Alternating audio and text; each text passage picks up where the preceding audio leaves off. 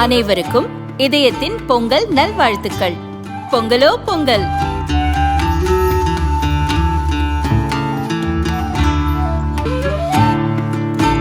அனைவருக்கும் இதயம் மந்த்ராவின் பொங்கல் தின நல்வாழ்த்துக்கள். பொங்கலோ பொங்கல்.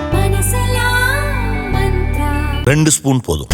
Line date syrup. இதுல அயன், ஃபைபர், விட்டமின்ஸ், நோய் எதிர்ப்பு சக்தி அதிகமா இருக்கு. Lion date syrup. விளிம்பு நிலையில் வாழும் தனிநபர்களின் வாழ்வாதாரத்தை மேம்படுத்தும் ஸ்மைல் எனும் திட்டத்தை மத்திய சமூக நீதி அமைச்சகம் நடைமுறைப்படுத்தி வருகிறது. பிச்சை எடுப்பவர்கள், திருநங்கைகளுக்கு மறுவாழ்வு அளிக்கும் வகையில் கல்வி மற்றும் வேலைவாய்ப்புக்கு தேவையான உதவிகளை மத்திய அரசு செய்து கொடுக்கிறது. நாடு முழுவதும் ஸ்மைல் திட்டத்தின் கீழ் பயன்பெற்ற 100 பேர் டெல்லியில் நடக்கும் குடியரசு தின விழாவில் சிறப்பு அழைப்பாளர்களாக பங்கேற்க உள்ளனர்.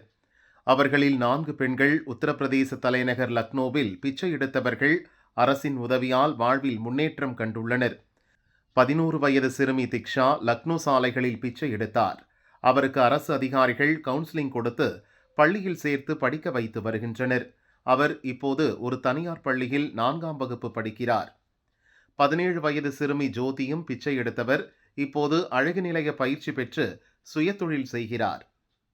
இன்னொரு பெண் 30 வயதான லக்கி பிச்சை எடுப்பதை விட்டுவிட்டு ஒரு நிறுவனத்தில் இவர் டிரைவராக வேலை செய்கிறார்.